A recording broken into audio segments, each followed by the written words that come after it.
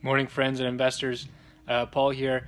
Just wanted to shoot you a quick update. I'm in my home office this morning, just catching up on some last minute work before I take off for the day, and I'm picking a new book from my library to read.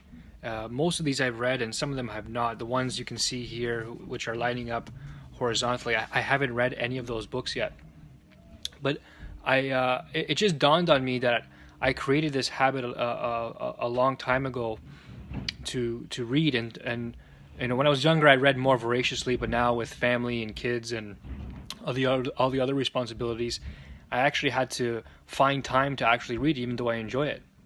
So what I do, what my reading habit is I pick a book that I'm interested in that makes sense for me, for what's going on in my life right now, or a problem I want to solve, or some business, a mission I'm trying to accomplish, or something personal. It could be totally personal. And I'll read that book. And I'll give myself a month to read it. And if I don't get into it in a month, if it takes 5 or 6 weeks, no problem.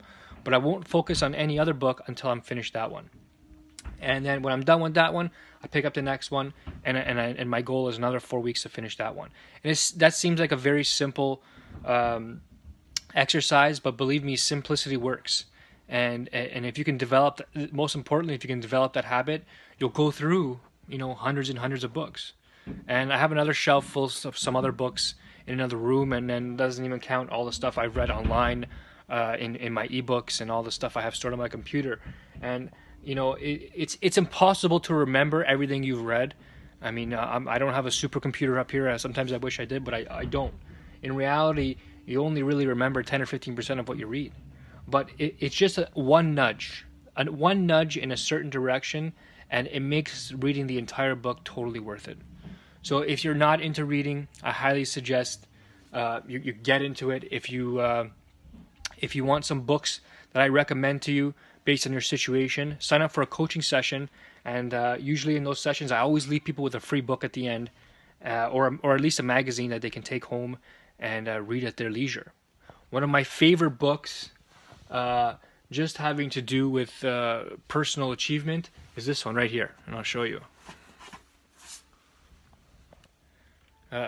You might be able to, it might be a little backwards there, but 7 Habits of Highly Successful People by Stephen R. Covey. If you don't have that book, or you haven't read it yet, that's one you have to grab.